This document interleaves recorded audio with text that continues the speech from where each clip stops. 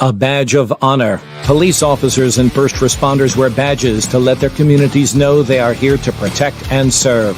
But that's not how it feels today, and the stress of the job is taking its toll, taking lives through suicide and post-traumatic stress injury. A Badge of Honor podcast features the cast of the same name, Sam Horwitz and John Salerno. Sam, John, and the team offer the first responders workshops through their critical incident stress management teams and mental health liaisons to offer state-certified T-COLE credit programs that save lives. It's time to smash through the stigma. It's time to heal from your injury, and it's time to back our blue. Welcome to A Badge of Honor podcast. Here are your hosts, Sam Horwitz and John Salerno. Hey, welcome to A Badge of Honor podcast with John and Sam. We are powered by the OBBM network, and we are all over every streaming platform that you can think of, including Roku TV. Mm-hmm. I want to make sure I say it right. Roku TV. So you could sit on the couch and watch me and Sam live with a cup of coffee in your hand. It'll be great. Sam, how are you doing today? I'm doing great. And hey, if you are in the Dallas or Greater Dallas network and you stream TV through Amazon Fire Stick or all those different things out there, you can go to the OBBM network. Just type that in the search. And hey, OBBM nation or network that's watching, we appreciate you guys' support every week. Speaking of week, this has been a particularly tough one. Well, you know, Sam, first, let's start off on a positive note. This is episode number 100 for us. Give yourselves a hand. 100. Yeah. We are 100 for us. Blessed. I want to thank everybody who's been tuning in around the world or around the country, all our first responders and family members for really bringing forth what me and Sam and all our resources have to give for our first responders. And with that being said, you know, I hate to say it's not enough, but we can only do our part. We need leaders to really step up. This weekend has been it was a terrible weekend for all our first responders. In Rowlett, Texas here, Florida, Santa Rosa, Florida, Chicago, and I think in Dallas, you know, we are losing. Detroit, actually, and Detroit. From last week. Yeah, two in Florida. We've got Dallas Fire. The loss of these folks, it's heartbreaking and a bit. It makes you sit back. You know, John, we've been there. We understand it, but it makes you sit back and wonder, like, what is missing? What's missing is, okay, if you're a ranking officer in charge of a squad, or if you're a chief of a police department or a chief of a fire department or whatever department you run, if you are the leader of that department, okay, by all means, everybody that goes out on patrol and does their job is your kids. You're supposed to watch over them, not only for crime statistics, for their mental health as well. And if you fail to see their mental health, if you fail to recognize the signs, the symptoms, everything that's going wrong with each and every one of your officers in your command, I'm telling you, step down. Let someone in there that can do the job properly, because it's not all about taking pictures, kissing babies, and eating pizza. It's about protecting your officers, not only from the gunfire that's out on the street, but from their own mental health. And if you can't do that, you are not a leader. And I'm going to call every chief out there out who is not protecting their kids on the street. Yeah, it's like we were talking about before we came live. If this was, let's say, you know, with all the numbers, with Chicago especially, it's been like 12 since we've been there. If you had 12 kids and you lost half of them, I think CPS would be knocking on your door to investigate and remove probably the other 6. There are shortcomings. There are definitely chiefs in positions. Maybe they're new, but if you're a chief, you would have had years and years and years and years to put together and recognize that your department needs a program. Either you're coming in and revamping it because it's not enough, or you recognize there's cracks in it. You know, I don't know how many shows that we have to talk about empowering your folks to reach out on their own and not have to report to something within the department. Right. Okay. There's got to be at least 100 studies that go to overall the programs that work best are those that exist outside of the department. I'm not talking about peer support. I'm talking about like official clinical psychiatrists, psychology, something like that, where they're just picking up the phone. You know, Sam, what's scary is, and I think we're gonna do the same thing this year, God forbid. But for the last 2 years, we've had more officers nationwide take their own life than were killed by gunfire. Not on the job or car accidents or heart attacks. I'm talking about gunfire. So if we're losing more officers to their own hands, wouldn't it be more apt to train our officers to be more mental health conscious, give them the tools that they need? We fill their gun belts up, we put them on flak jackets, we protect them to every aspect, but we don't protect their minds. Yeah, and you know, our guest tonight, he's been a police officer. He's a police officer for a really long time. He's seen the good, the bad, the ugly. He's made significant changes. He's got a book out. He speaks about this. He went on to get certified, his master's in positive psychology, which, you know, Martin Seligman is known throughout the law enforcement world. He actually studied under him. And so let's bring on David Berez to the podcast. David, welcome. Hey, David. Hi, thank you for having me here, and look forward to this conversation. I think it's going to be very interesting. David, absolutely. You know, she said you've been a cop for a long, long time. You look like you just graduated high school. God bless you, brother. It's a testament to, if you read about David and know what he does, it's a testament to him really taking care of himself. And so, David, welcome to the podcast. And let's just start off by telling everybody who's watching and listening on their favorite podcast app a little about yourself and your background. Well, thank you for having me here, and thank you for sharing this with your audience in the greater world, because so much of this information has not been talked about enough, and we need to get beyond the awareness piece and start getting into the actionable pieces. So I think you guys are doing such a great job by sending out that message. I was a police officer for 20 years in New Jersey, and I have about 34 years total in emergency services between volunteer EMS and then emergency management after my police career was over. I started as a volunteer when I was 14 years old in the town I grew up in, and did that for 10 years before going into law enforcement. So I definitely have seen the good, the bad, and the ugly. I try not to wear that as a badge of honor, but I try to take my experiences and share them with others, and therefore be able to leverage my own resiliency, and hopefully others can find theirs through the path that I share with them.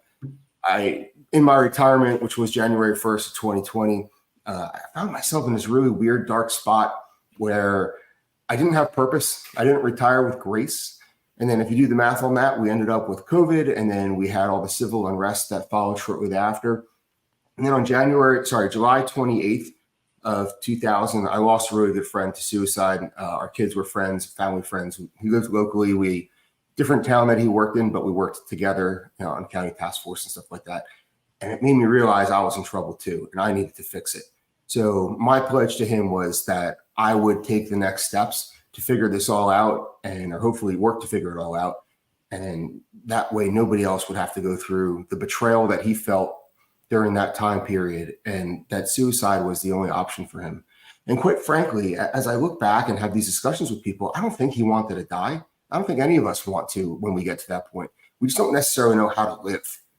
And I think that if we can teach these skills, especially through the lens of positive psychology, and teach people how to go beyond surviving and start thriving, then you raise that level of well-being and you but you decrease the ill-being. And what I kind of refer to it as, if anybody that doesn't live in an urban environment and has grass in their yard, you put fertilizer down to grow the good grass, right? And you don't necessarily have to kill the weeds. Nature will take care of that itself. But if you fertilize and grow the grass, emphasize the strengths of what you have going on in your yard, then the weaknesses will start to die out as a result.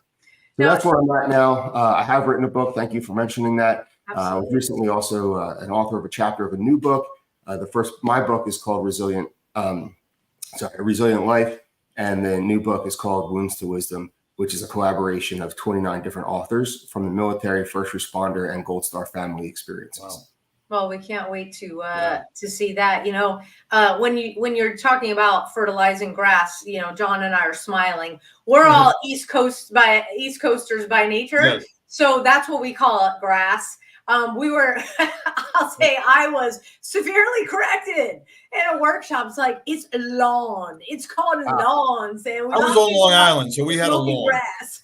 we had grass on Long Island. Yeah, we here in New Jersey, we have grass too. My wife from Long Island, they have grass there too. Exactly. Well, David, when we come back, we got to take our first break. When we come back, let's talk about learning to live in healthfully. So you mentioned leaving the ill out, and that is not only a mindset shift. You've got to really open yourself up to learning outside the confines of what is available for you in a department setting. So we'll talk about that when we come back. Stay tuned, everybody. Move freely, America, without medical restrictions or penalty. Without medical freedom legislation in place, our rights and freedoms are one vote away from being dissolved. Move freely, America, with one voice, without fear of retribution, achieving a common goal, medical freedom. We the people make our voices heard by connecting with state legislators and engaging a constitutionally compliant medical Bill of Rights for all citizens. Individually, change is improbable, but as an aggregate, attainable. It's time to act with one voice. My voice.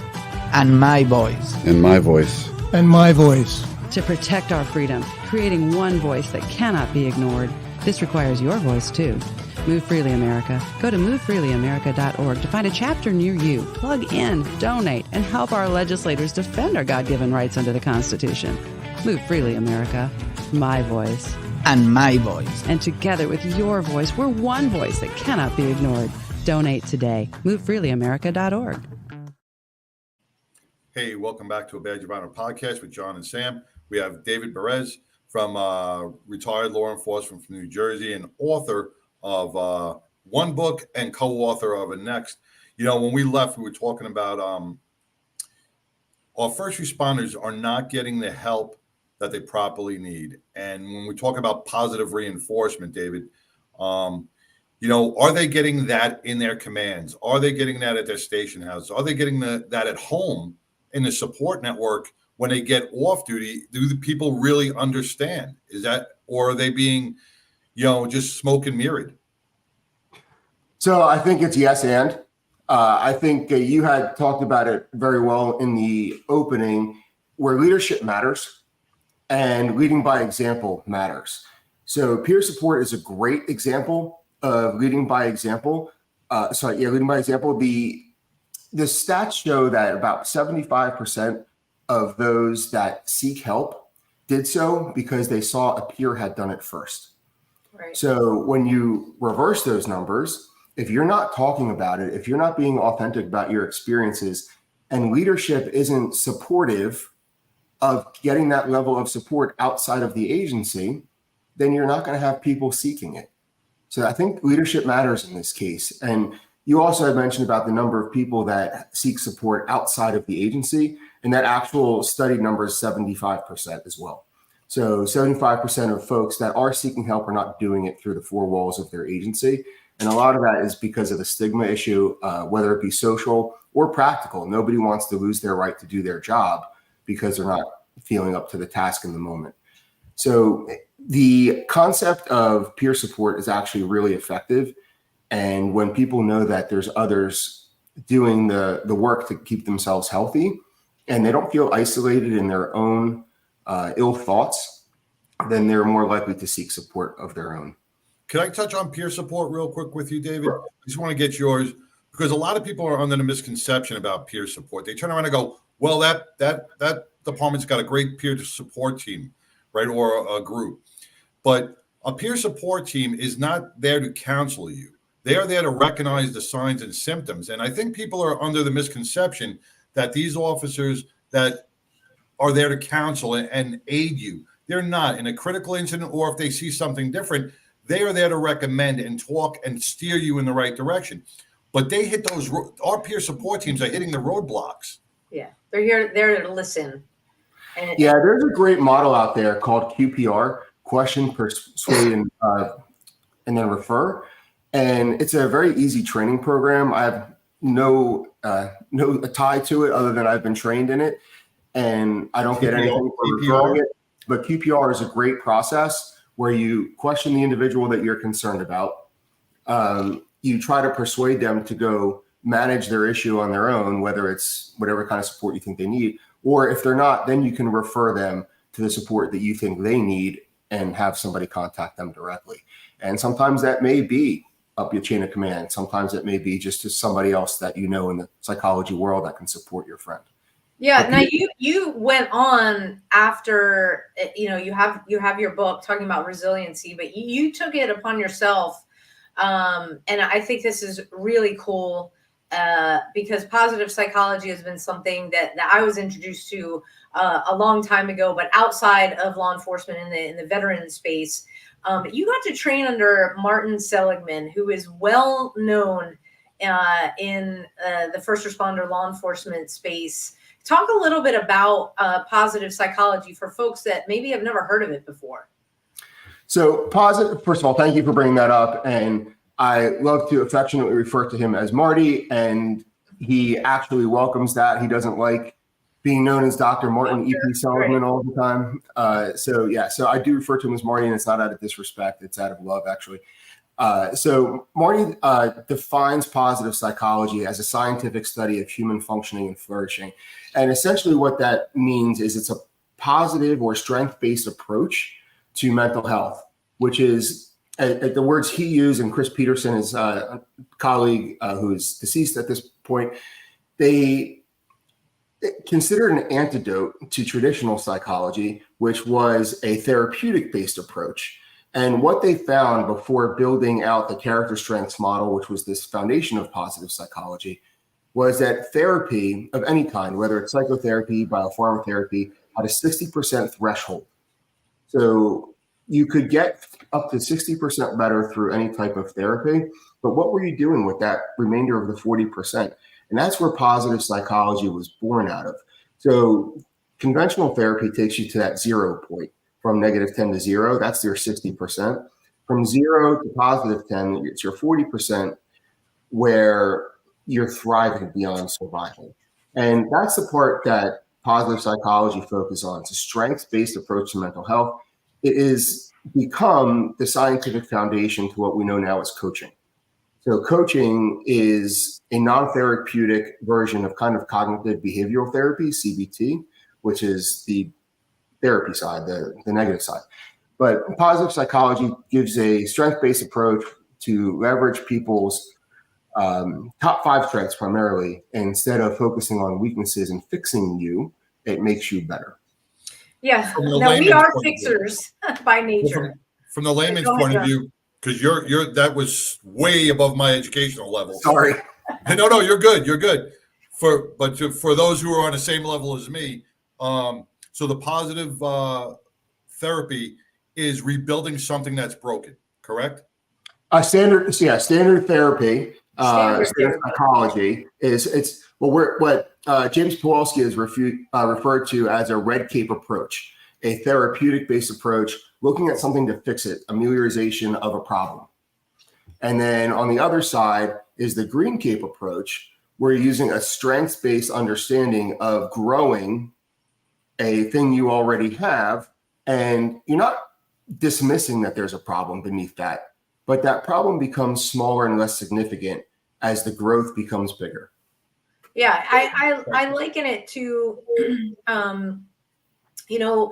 we all think, especially this last week, what was wrong. We're trained to deal with the negative. People are calling us on their worst days. We're trained to deal with the negative. Negative runs very high, and if we're not careful, that's all we focus on, right? So if you are finding yourself struggling, your self-talk is very negative. So if you could, and this is what I love about positive psychology, when you can flip the script on that and have a person that is struggling, but focus on the positive attributes of what they're bringing to the table and grow those strengths. Absolutely. So that they can understand and realize, first of all, hey, you're not broken. Look, because XYZ, and it goes along with the program that David, you got to go through. But when you can, versus traditional therapy, we call it couch therapy, which John, we talk about the DSM. You're talking and you're telling stories and you're going over the trauma or whatever it is, so that the therapist or the clinical whatever can check the boxes. Okay. And so that's where we get the diagnosis, the D in PTSD instead of, okay, PTS and then like Boulder Crest, PTSG, let's grow from it. Let's work on the positive framework. If somebody is watching and listening right now, they're going through something that's kind of tough, where would you say is the first place they should look to, whether it's a schematic something or the way they can get started? And I don't think they have to look very far. They can look deep within, not even deep, they can look within themselves and their immediate surroundings. And the best thing to start with is gratitude. It's sometimes sounds overplayed. Sometimes it becomes a buzzword, but understanding gratitude, both intrinsically, how you see things from the inside looking out, and extrinsically, how people feel about you looking in. So if you can understand and internalize gratitude, I think it's the easiest, it's the freest place to start. It doesn't cost you anything to appreciate the sunrise when you get up in the morning. It doesn't cost you anything to hold the door for somebody and they say thank you. And that makes you feel better because you served somebody in that moment. It sounds silly, just a door hold, but you know what? It's those little things that make you feel good. And what happens when they don't say thank you? You get pissed off. You're like, God, I shouldn't have held the door. Or you can reframe it and say, I'm sorry they were having a bad day today and didn't recognize the moment. Exactly. I like it. I told you it is really it's good stuff. We got to take our next break. When we come back, David, we're going to continue this conversation around positive psychology because gratitude is a great place to start. Let's do like the top 3 when we come back, folks. Interested in starting a podcast or TV show? Worried about what you'll say and how to keep it engaging? Think you'd like to be a guest on podcast, radio, or TV shows? Hi, I'm Susan Hamilton, owner and founder of OBBM Network, and I would like to invite you to an OBBM media training to get the tools you need for a relaxed and polished performance you'll be proud to share. Our specialized training techniques include role play, voice training, and everything you need to deliver a confident, clear, and engaging interaction.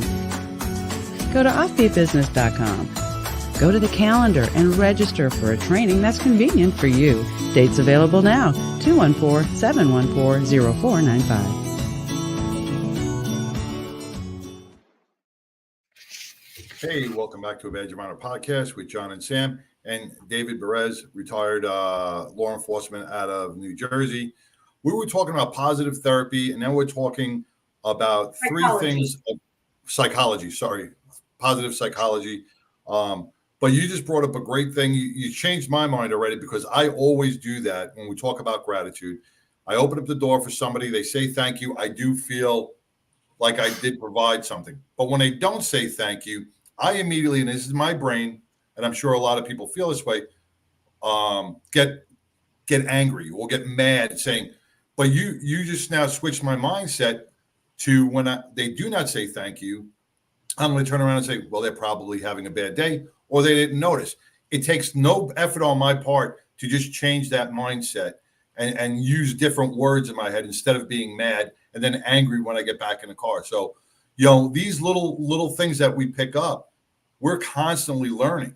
So what are some more gratitude or what's some gratitude and skills, words that we can use? One of the things that I love to do, and I've really instilled in my family, and we enjoy it, is actually two things specifically, is we do something called gratitude bags. We travel a lot for work, and the flight attendants on the airplane, they're probably the worst treated people on the planet from what I've seen. So what I love to do is I give them a little bag filled with candy. It has a note on it. Thank you for your service on my flight and hope you have a great day or great whatever, some kind of local message. And I give all the flight attendants and the pilots a little bag of chocolates or candy. And I can't even tell you how far that goes for people that are in the service industry that just get treated terribly on a regular basis. Just little things like that. And at home and house, we haven't done it recently, but in the past we had a gratitude wall. And at night, at dinner time, we talk to our kids about what's your 3 favorite things for the day. It's actually called a 3 blessings exercise, and we modify it a little bit for the kids. And you write down the 3 things that you're grateful for that day, and you put it on a sticky note and you hang it on the wall. Ours was on a sliding glass door in the kitchen. And every day when you come or go, if that's your entrance or exit from the house, you can see those things that not only you're grateful for, but that your family or your friends or your work environment, wherever you want to do that exercise. But the 3 blessings exercise is actually a empirically validated process, as well as gratitude letters. If you write a gratitude letter and either read it or send it to somebody, just with no expectation of anything in return, you just want to thank them for who they are and what they mean to you in your life. Send somebody a gratitude letter. The empirical studies on that are really impressive. Wow, that and not very difficult to do. No. Just and the more and more you do it, the easier it gets. And it's not like you have to put in some deep thought. Sometimes you can just be grateful for a really good tasting cup of coffee. Absolutely. So, been there on occasion, a lot. Yeah. So with that, you really go into to writing about helping people earn their badge. We hear a lot of in the veteran space when they lose a brother or a sister, and it's like, I'm going to be my best every single day to honor them. That's what I thought immediately when I first heard that. Police are getting, in law enforcement, we're getting such a bad rap these days, spurned by politics. Of course, and we wish that everybody could take their brain out and put it in a logical being. But that's wishful thinking, not going to happen. So really, when we're looking at how does somebody go about earning their badge, whether it's helping immediately as a police officer or like you, when you transitioned outside, you left the uniform behind. So we can certainly address that. For me, it was even a simpler process than that. I was reading a book probably about 5 or 6 years ago, and it was talking about the Navy SEAL Trident. Mm-hmm. And a Navy SEAL earns their Trident at the end of their BUDS training and before they go on to be assigned to a team. And that Trident represents everything good about the service of the Navy SEALs and the individual themselves. And what I learned through that was not only if they dishonor their code to the Navy SEALs, that they can lose that while in service and no longer be able to participate in the SEAL team program at any point in their life, long after retirement. If they make a mistake by scorning somebody else, somebody will come take their Trident from them. Wow. And it's a pretty large psychological impact to know that you've been part of this community and this mistake pushed you out.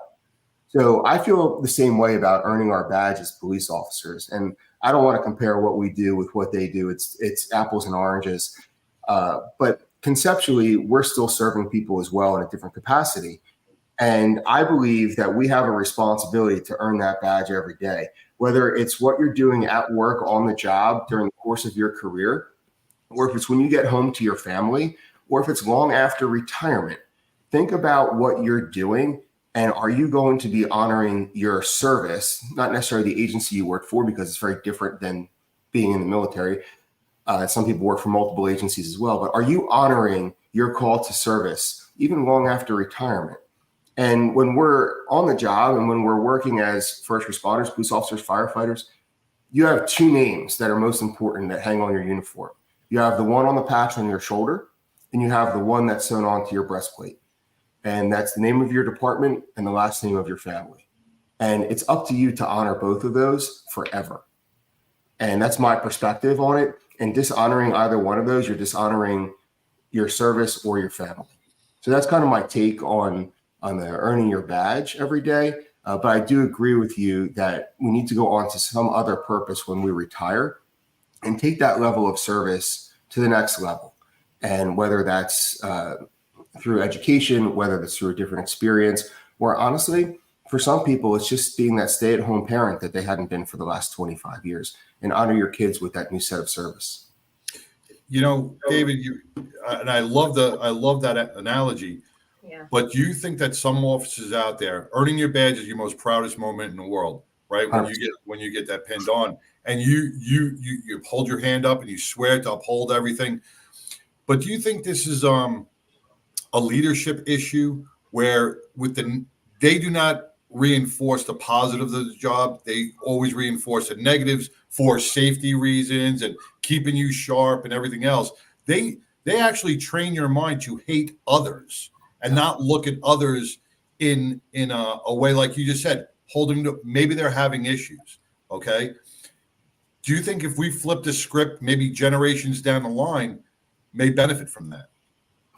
So I think there's a happy medium there, and culture shift is certainly needed in our industry. There's no doubt.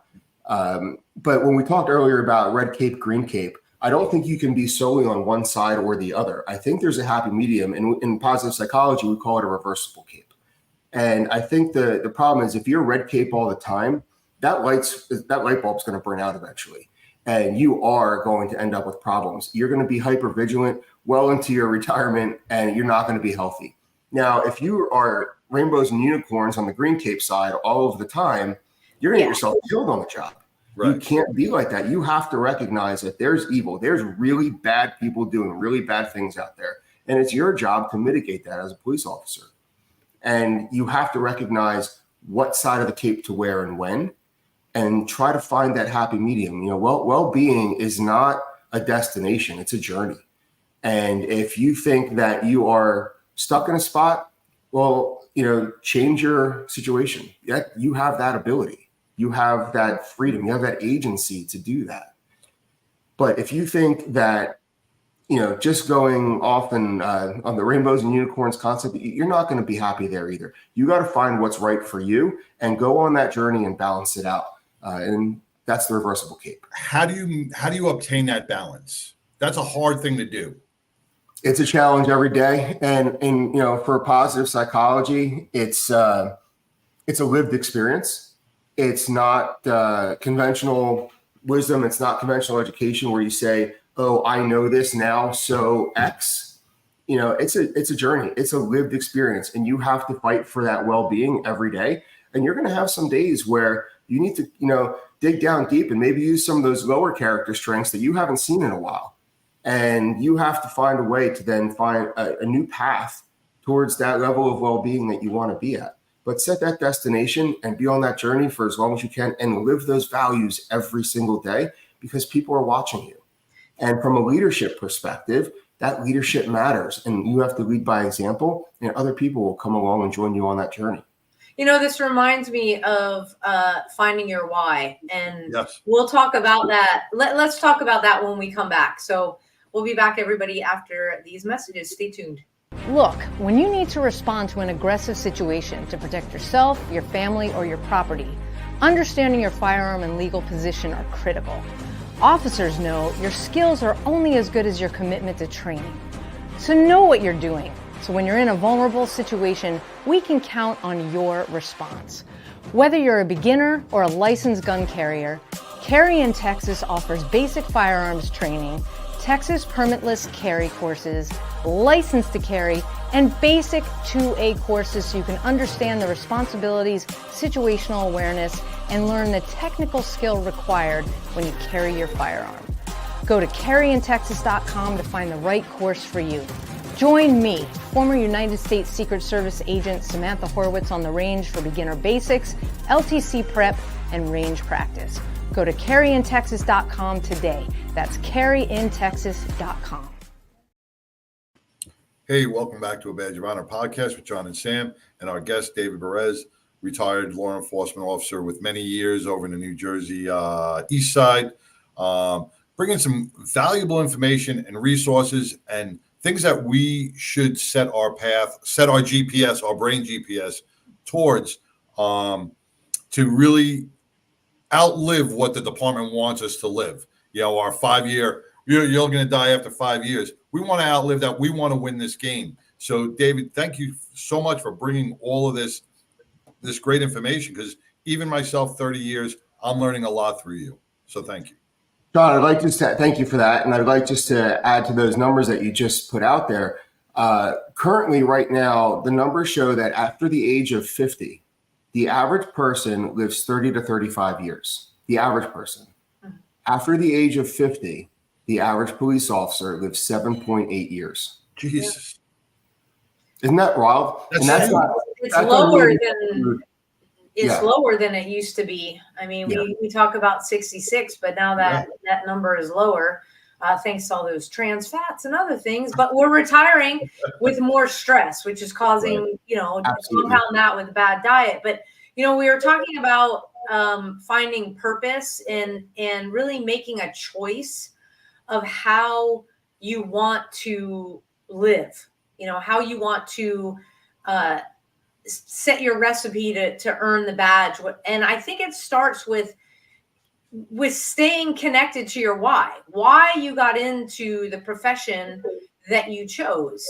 Because once we get separated from it, it's a lot easier to kind of fall down into the, into a dark place. And it's making choices with help, because we can get to a place where we remember our why, but maybe we don't see a clear next step, so we ask for help, which can lead to another choice, to another choice, to another choice. So David, if it's a roadmap that certainly sounds easier said than done, that old adage, but it's definitely doable, because when you're writing about resiliency and purpose, you've got a starting point, and you've got to take those positive nuggets from your starting point and continue that all the way to when you decide to retire, so that when you decide to leave, like you say, that transition is okay. It's here's your box. We always joke, don't let the door hit you in the ass on the way out, but that you're like, I fulfilled what I need to fulfill in my law enforcement space.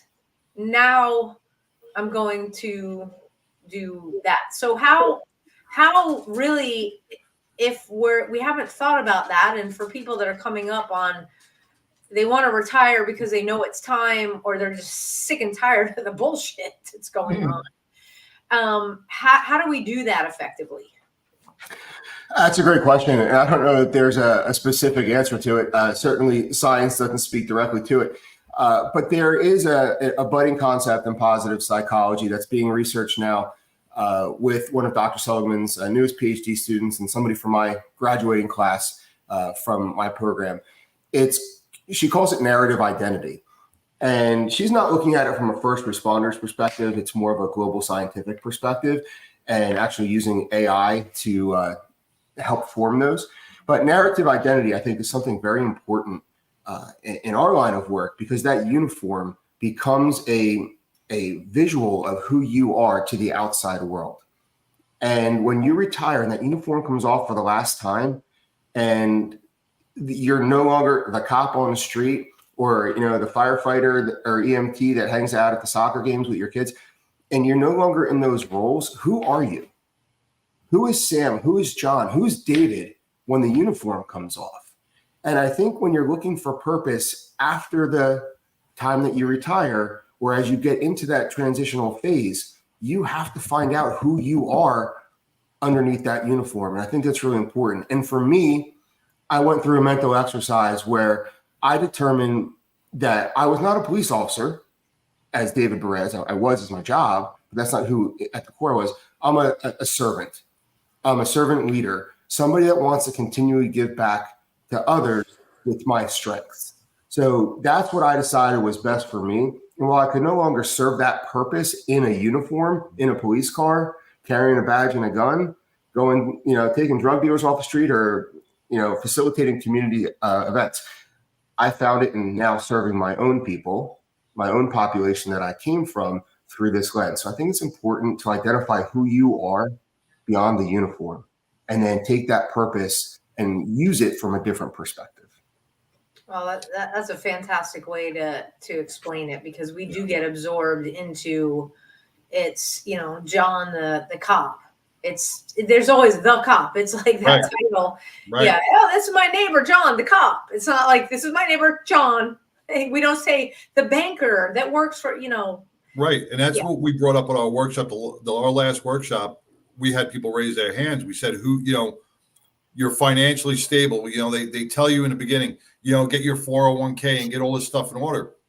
But when we lose our identity, when we forget who we are, we're still John, David, and Sam. We are still that, and we have to learn that every night after shift. We have to learn that, that it's only a job. I know it's a demanding job, but it's still, when it comes down to it, it's just a job. And like you said, you're a servant. There's a veteran out here in Texas, and I love it dearly. She did a thing for the vets it's called The Mission Continues, right? Mm-hmm.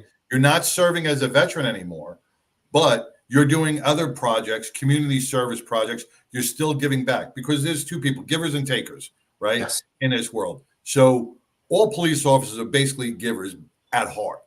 And you want to continue to do that. So you have to set yourself up to continue doing things. Absolutely. Dr. Seligman is really big into the concept of agency right now. And he will be having a new book coming out very soon that speaks to agency. And the definition that he uses of agency is having control over and the understanding of what you want now and in the future. So you can put in that work and in that effort to do what is best suited for you now and in the future. And if you can develop that level of agency, which, by the way, is really tough to do when you're on the job, because everything you do is so curated, whether it's department policy and procedure, whether it's state law, whether it's the AG guidelines, any of that, you're so prescribed on your daily, every moment of every day, that you lose that sense of agency in uniform, which is only ironic because, you go to a cocktail party and the first, comment out of somebody's mouth when they find what you do for a living is, you can just run red lights and you can, speed on the highway. No, it's not what this is about. Yes, but no. You don't have agency over the course of your career because you're bound by this small box that they put us in.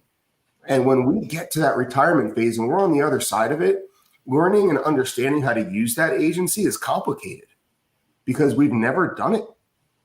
And now you're trying to build yourself into this new version of you that you don't know what's in there, but you got to explore it and find out. Take those chances. Be curious. It's Ted Lasso. I don't know if anybody watches the show. He always says to be curious. And that's the big thing at the end of the show. And I couldn't agree more. I'm not a huge fan of the show. I haven't watched a ton of episodes, but be curious about yourself. If you don't want to be curious about other things, if you have your values set, and cool, I get it. But be curious about yourself. Find out who you are underneath that skin that you put armor around for so long. But be honest with yourself, because a lot of people aren't honest with themselves. Curious and honest. Yeah. We got to take our last break. We will be right back with David. Stay tuned, everybody. Rise and vibe with your new elevated morning ritual. Meet Rise by Frequence. Frequency-charged nutrition. Rise is formulated with a blend of 7 different organic mushrooms, B vitamins, amino acids, and green coffee bean extract. Rise supports brain health, performance, and focus while enhancing mood, mental clarity, and energy. Enjoy the delicious mango lemonade flavor while giving your mind the nutrients it needs. Get charged up with Rise. Fuel your body and mind today.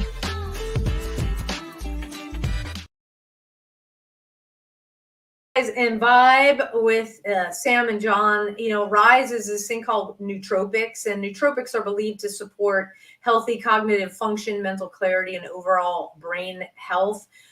With Rise, everything comes together in this delicious fruit and citrus flavor to make this mango lemonade a healthy and tasty treat, not only for your body, but also for your mind. There's no sugar.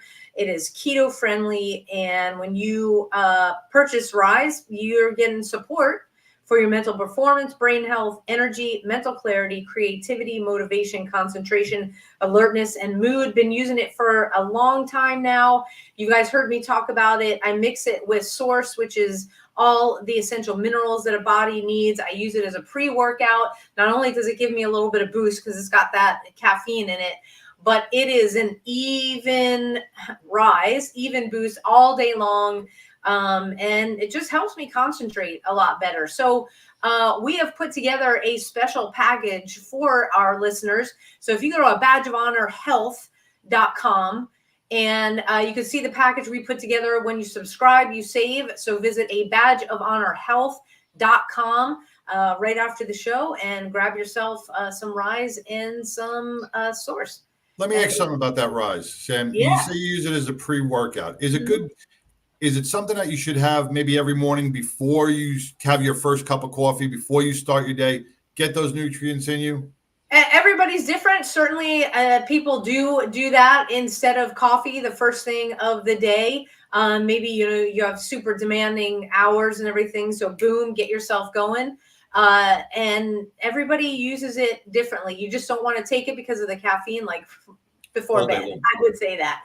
But so visit badgeofhonorhealth.com. You can read more about it, but subscribe and save right now. So we are back to the show and with our guest, David Berez.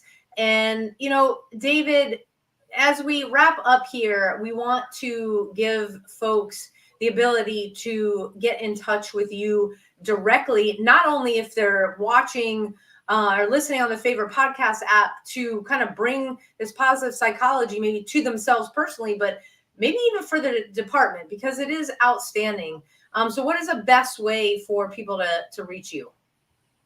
The best way can be through my website, www.64consultants.com. You can also go to my social media profiles. LinkedIn specifically is probably where I am most easily found. And feel free to shoot me an email.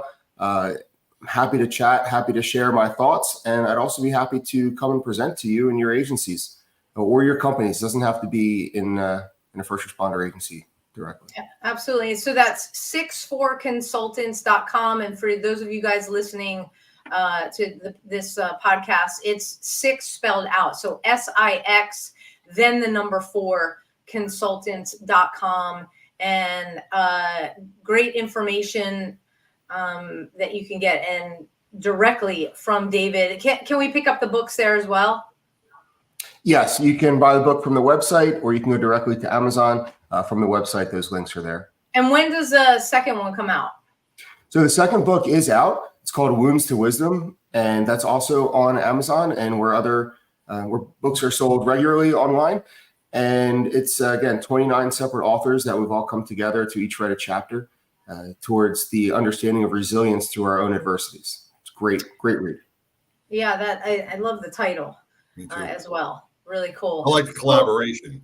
Yeah, absolutely. And as we wrap up here, just in this last minute, if there was, you've got, let's say, an officers that are, ready to retire, what would you say is the number one thing that they can do right now?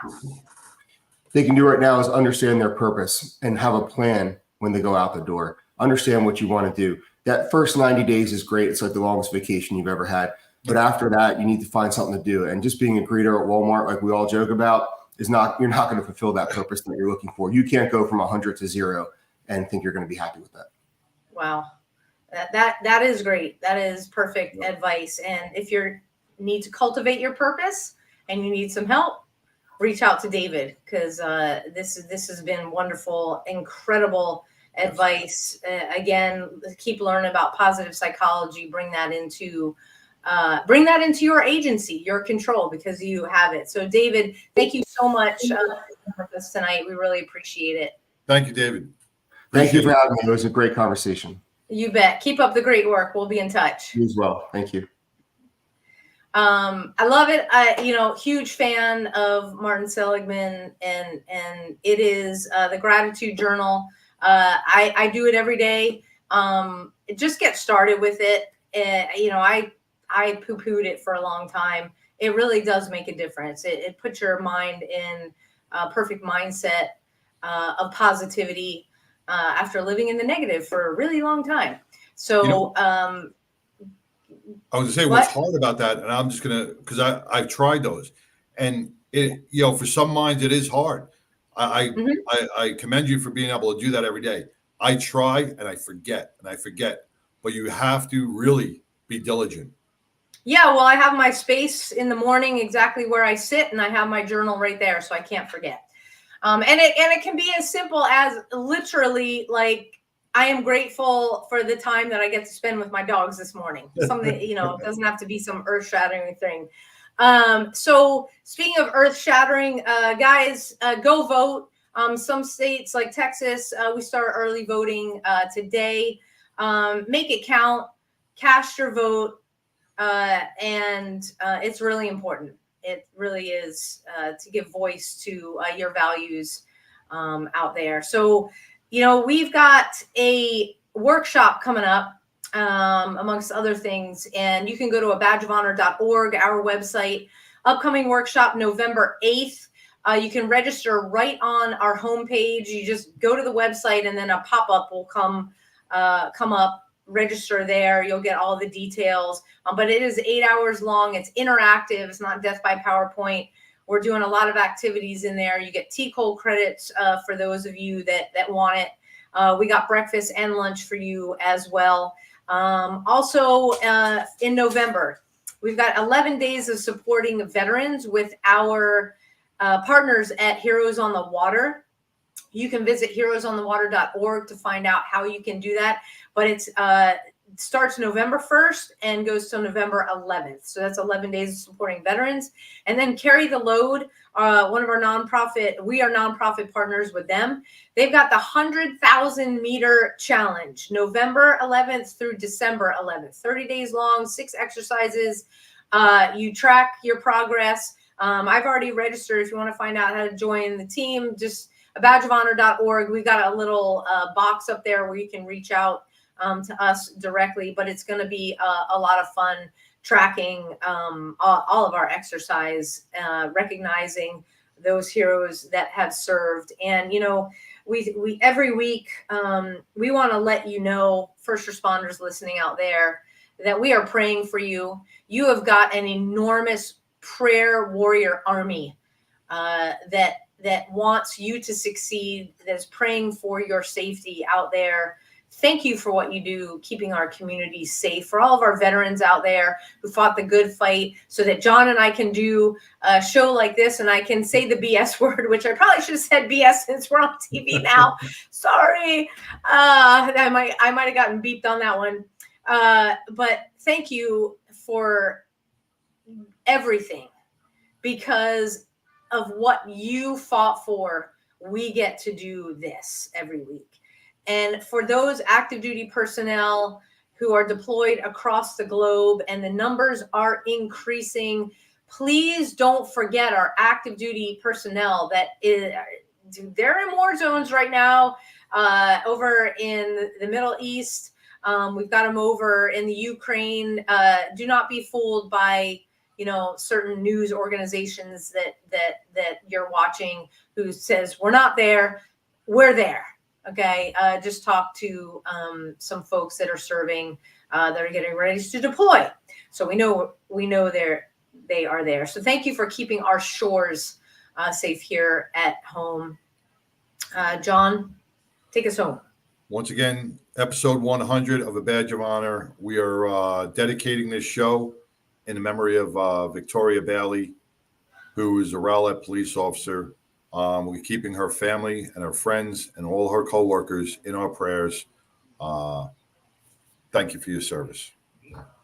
And we'll see you next week, everybody. Take care.